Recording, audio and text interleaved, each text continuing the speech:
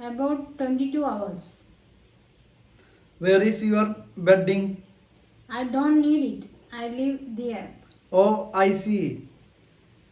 Where will you stay there? In a hotel? I think you are going there for first time. Yes, you are right. In connection with some business? No, it's pleasure trip. Could you suggest me somewhere seeing places, good tourist spots? Why not? I shall be glad to accompany you also. Thanks, I will be grateful for that. But I don't want to be bother you. No, bothering at all. I will be pleasure to be used. So nice of you, Mr. Bushan. Please don't say like that. In fact, I would like to stay with me. I am fortunate to have met you. Thanks. Let us get into the train. It is about to leave. Taxi, Yes, sir. take me to hotel. I want to go to hotel. In which hotel would do you like to go, sir? Which one is the best and cheapest in the city? Reena Hotel. How far it from here? About 8 kilometers. What do you charge for waiting an hour?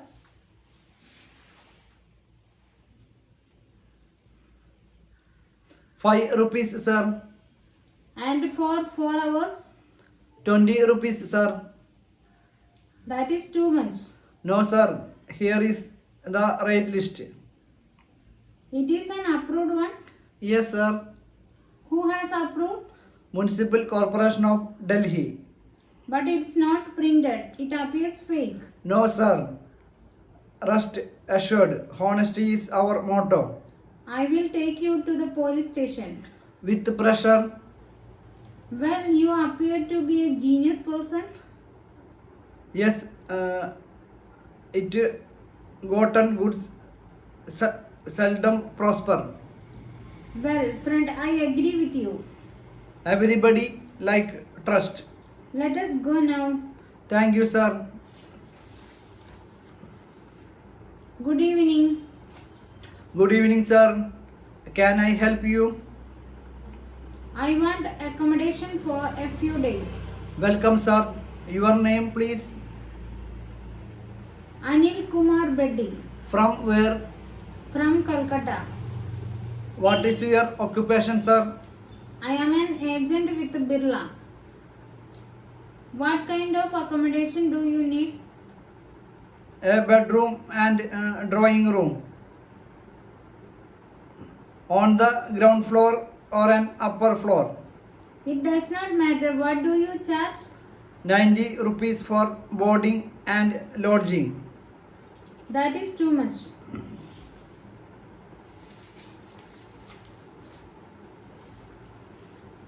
No, sir.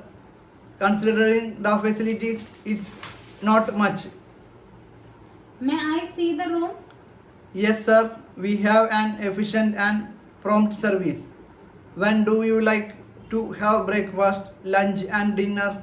Breakfast at 8 a.m., lunch at 12 noon, and dinner at 10 p.m. Anything special, sir? No thanks. We have a special magic show for our patrons in the evening.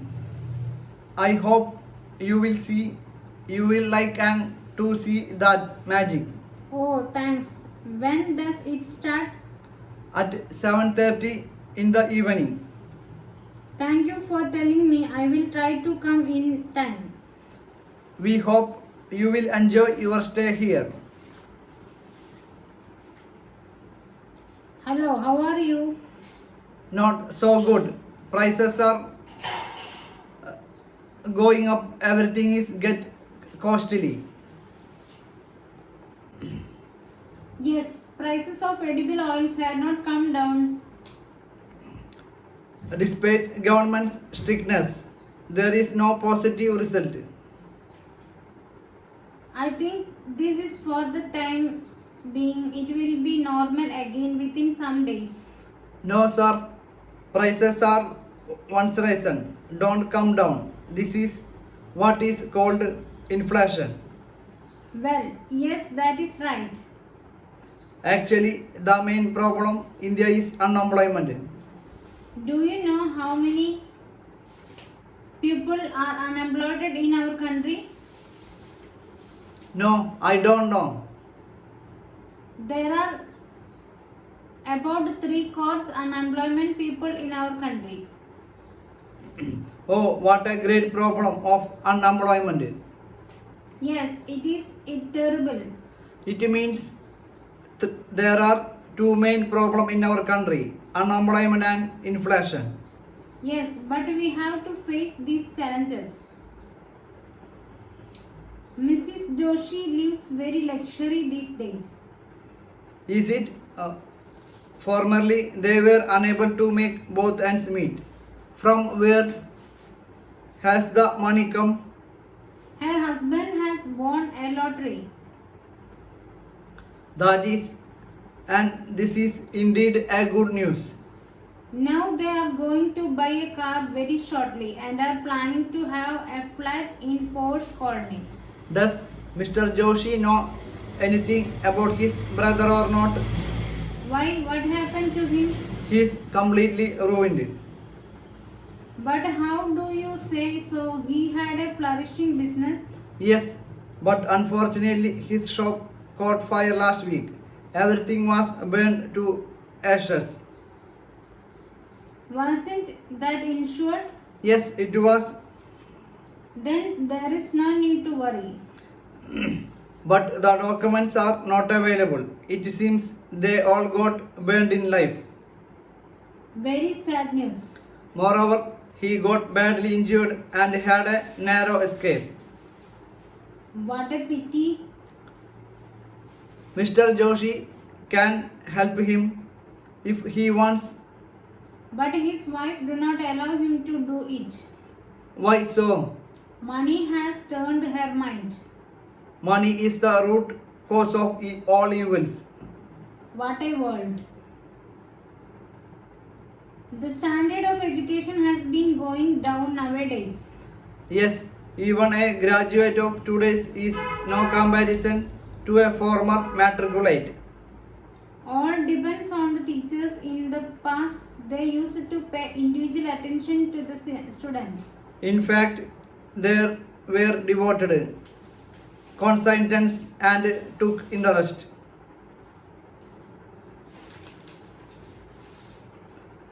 in students' welfare. The students were also obedient to their teachers and faithful to their studies. And nowadays, they hardly know anything about their studies, but know a lot about cine world Really, they are no good in their studies. because they don't take interest in their studies. Even the teachers, they only want to make money. When everyone is after money, why shouldn't the teachers do the same? It is a pity that there is no selfless teachers. I think that the only way is to. A note for the teachers and students. Biology is the science of life. It is the story of life on earth. It is the science of life, forms and living processes. Biological systems often appear to challenge physical laws that govern the behavior of matter and energy in our world. Historically, biological knowledge was ancillary to knowledge of human body and its function. The latter, as we know, is the basis of medical practice. However, parts of biological knowledge developed independent of human application. Fundamental questions about origin of life, the origin and growth of biodiversity, the evolution of flora and fauna of different habitats, etc. Quote the imagination of biologists. The very description of living organisms, be it from morphological perspective, physiological perspective, taxonomical perspective, etc. Engaged scientists to such an extent that for sheer convenience, if not for anything else, the subject matter got artificially divided into the subdisciplines of botany and zoology, and later into even microbiology. Meanwhile, physical sciences made heavy inroads into biology and established biochemistry and biophysics as new subdisciplines of biology.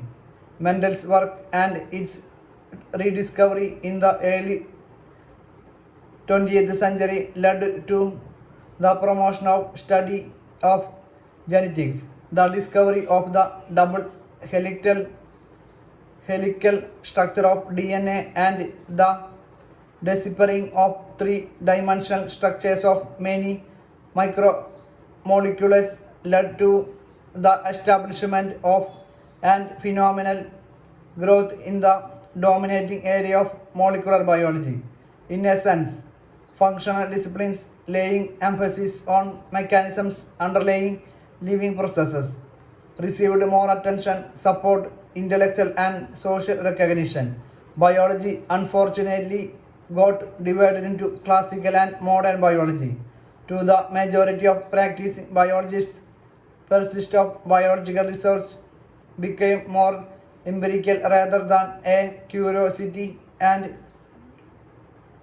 hypothesis driven intellectual exercise, as is the case with theoretical physics, experimental physics, structural chemistry, and material science. Fortunately and quietly, general unifying principles of biology were also being discovered, rediscovered, and emphasized.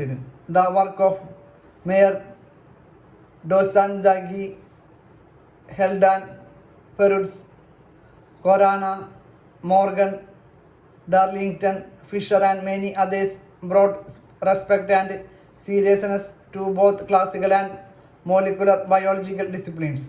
Ecology and systems biology got established as unifying biological disciplines. Every area of biology began developing interface with not only other areas of biology but also other disciplines of science and mathematics. Pretty soon, the boundaries became porous. They are now on the verge of disappearing altogether. Progress in human biology, biomedical science, especially the structure, functioning, and evolution of human brain, brought in aspect of and philosophical insight to biology. Biology even stepped out of laboratories, museums, and natural parks and raised social and economic cultural issues, capturing the imagination of general public and hence political attention. Educationists did not lag behind and realized that biology should be taught as an interdisciplinary and integrating science at all stages of educational training, especially at school and undergraduate levels. A new synthesis of all areas of basic and applied areas of biology is the need of the hour. Biology has come of age. It has an independent set of concepts which are universal, just like physics and chemistry and mathematics. The present volume is the first time presentation of the integrated biology for the school level children. One of the lacuna in biology teaching and study is the absence of integration with other disciplinary knowledge of physics, chemistry, etc. Further, many processes in plants, animals, and microbes are similar when looked from physico-chemical perspectives. Cell biology has brought out the unifying common cellular level activities underlying apparently diverse phenomena across plants, animals, and microbes. Similarly, molecular science, biochemistry or molecular biology has revealed the similar molecular mechanism in all these apparently diverse organisms like plants, animals, and microbes. Phenomena like respiration, metabolism, energy, utilization, growth, reproduction, and development can be discussed in a unifying manner rather than a separate, unrelated processes in plants and animals. An attempt has been made to unify such diverse disciplines in the book. The integration achieved, however, is partial and not complete. Hopefully, along with changes in the teaching and learning context to be brought out in the next few years. The next edition of this video will reveal more integration of botany, zoology, and microbiology and truly reflect the true nature of biology, the future science of man by man and for man. This new classes of biology for all students is a completely prepared in view of the syllabus revision and restructuring. It is also in accordance with the spirit of the National Curriculum Frame Guidelines. The subject matter is presented under 22 chapters which are grouped under 5 thematic units. Each unit has a brief write-up preceding the unit highlighting the essence of the chapters to follow under that unit. Each unit also has a biological sketch of a prominent scientist in that area. Each video has on the first introduction a detailed table of contents giving subheadings within the chapter. Decimal system using Arabic numerals has been employed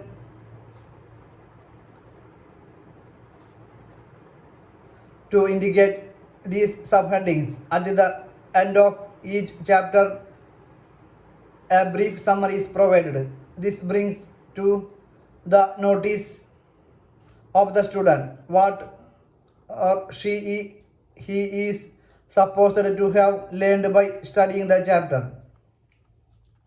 A set of questions is also provided at the conclusion of each chapter. These questions are essentially to enable the student to test herself or himself as to how much she or he has understood the subject matter. There are questions which are purely information recall type. There are questions which need analytical thinking to answer and hence test true understanding. There are questions which are problems to solve, and finally, there are questions which need analysis and speculation as there is no one to answer to such questions. This tests the critical understanding of the subject matter in the mind of the student.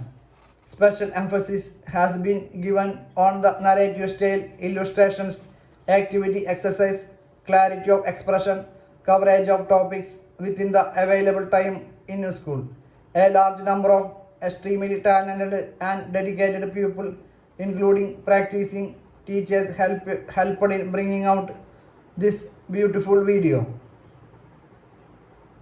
Our main purpose was to make sure that our classes level biology is not a burden for students and teachers. We sincerely wish that teaching biology and learning biology would become an enjoyable activity. The living well. What is living? Diversity in the living well. Taxonomic categories. Taxonomical aids. The living world. How wonderful is the living world? The wide range of living types is amazing.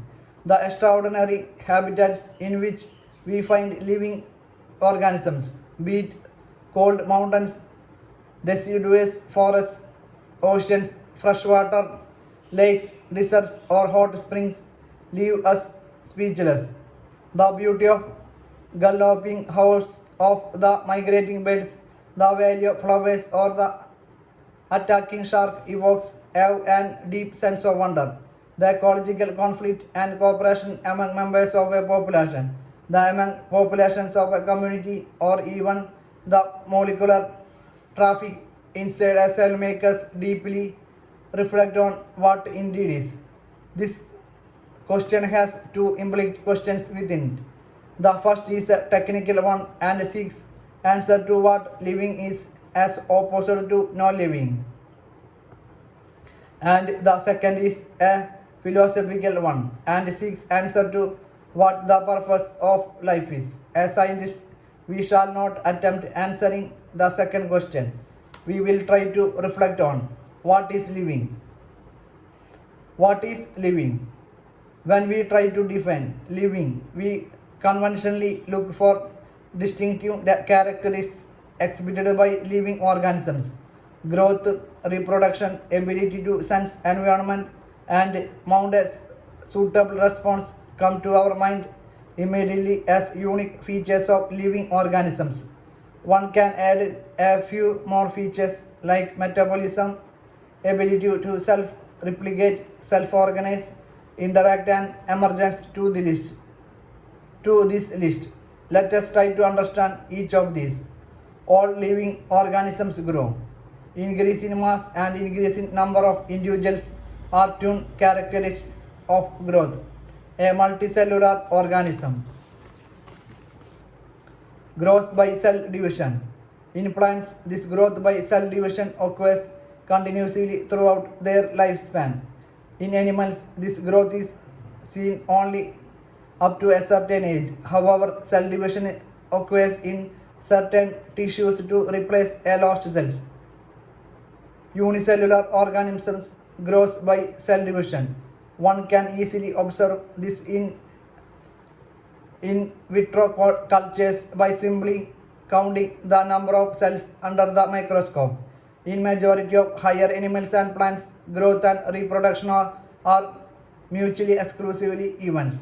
One must remember that increase in body mass is considered as growth. Non-living objects also grow if we take increase in body mass as a criterion for growth. Mountains, boulders, and sand mounds to grow. However, the kind of growth exhibited by non-living objects is by accumulation of material on the surface.